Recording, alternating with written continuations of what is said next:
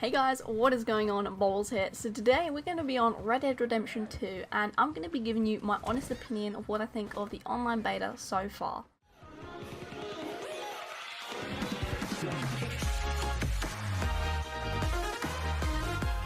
So before I get into this video, before you all leave load of hate, this is my honest opinion, okay? So things I'm going to be saying you probably might not agree with, and things I'm going to be saying you might agree with, I don't know. But I do know that it is just the beta, so I know things are going to be changing, firstly. And secondly, it is just my opinion.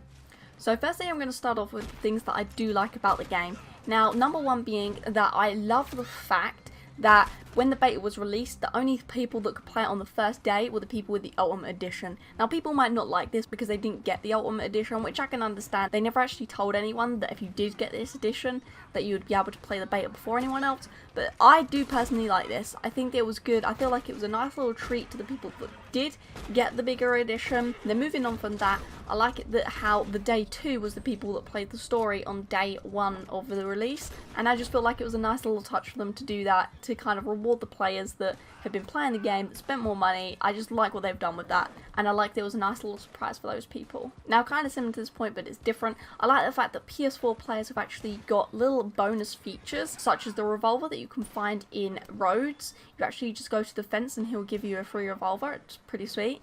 And then also you can go to any stable that you like and you can actually get the red chestnut horse for free, which is actually a pretty good horse, you know. It's better than just the standard one that you are given. So I recommend going and doing that. And don't worry, for all of you people out there that are Xbox players, these 2 items and other items obviously are given to you just 30 days later.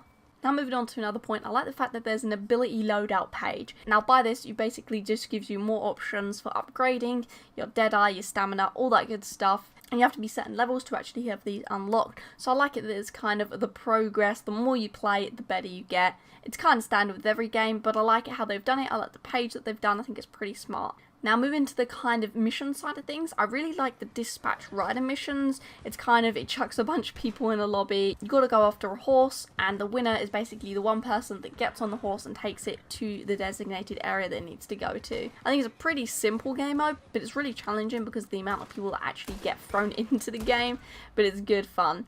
Now these are also just the free roam challenges. They're the ones that pop up in the purple on the top left of your screen. I really do like this. I like it how it just gives you an automatic invite when the lobby is about to release one of these missions. It's simple to join. You just go to your invite page and it'll be there. You can also bring a posse in with you, which again is a really nice touch. And it's a pretty fun way if you want to go and just kill a bunch of people, I guess. You can jump into this game mode. There will be loads of people there for you to kill.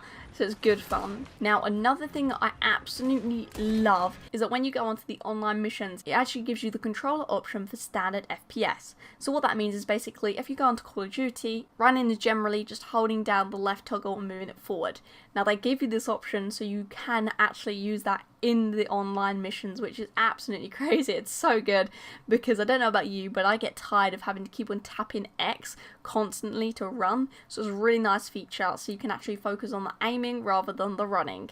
Another feature that I really like is how that when you're in main missions with your posse or on your own, if you're, say, delivering mail, then other people in your world can actually come and hunt you down. It gives you a notification when someone started one of these missions, and you hunt the person down and you can kill them and you can kind of retrieve and take over from their mission. I really like that as it adds a really nice little twist to missions. It makes them a bit more tricky because they are pretty straightforward and standard. This adds just a nice little challenge to your mission and it makes it kind of fun. Now finally, the last little point that I absolutely love is how you can open the catalogue from anywhere where you are. You just have to hold down left on the D-pad and it opens it right up. You can buy what you want from in there. You can buy some ammo before a mission. It's just so straightforward. It's a really good little feature. Now that's basically a lot of the stuff that I love about the game. There's obviously more, but I just want to point out the big main things that I love. Now moving on, I'm going to be talking about the things I don't necessarily like with this online beta. So starting with number 1, it's a pretty big thing, but I think the story's pretty flat. It's pretty straightforward. You just go to a mission every time and you have this long cutscene that necessarily isn't that interesting. There's not really too much character development either, so I just personally don't really like it that much. And as well, the overall, all of the missions put together aren't that long. I've barely played the missions and I think I'm about 50% of the way done already, and that's with only a couple of hours of playing. And kind of adding to that, most of the time when I'm in a posse and someone else is the leader and they start the mission, I, about 30-40% of the time, not actually get added into the cutscene, which is really annoying because it just means that I'm missing out on the story. So as well as it already being kind of boring and flat, I don't even get to watch it some of the time. So that's not really too great of a thing to have. Hopefully they will fix it, but for those players that have already completed it, it kind of just sucks because you've obviously missed out. Now, the second thing that I hate is that there's so much running around. I mean, obviously I understand that there is fast travel, but it's pretty expensive, especially when you just start out the game. Maybe it's just me because I have a bad horse. He's so slow that it takes me forever, but I just don't enjoy it too much. Now, moving to my final point of what I don't enjoy, gold is so hard to get. Now, before you say anything, I know they are actually updating the currency system, so I believe they are making it a little bit simpler to get gold, but for what I've played, I've got barely anything at all, and it just feels a bit like you should be rewarded a bit more, because some of the horses that you can actually buy from the stables, they require a lot of gold, and other things such as clothing, they require a really lot of gold for the amount that you're actually getting per mission. But anyway, I hope you guys have enjoyed this video. If you have, then please leave a like and subscribe to me for more. On screen now you're going to see some of my previous videos, so thanks for watching guys, see ya.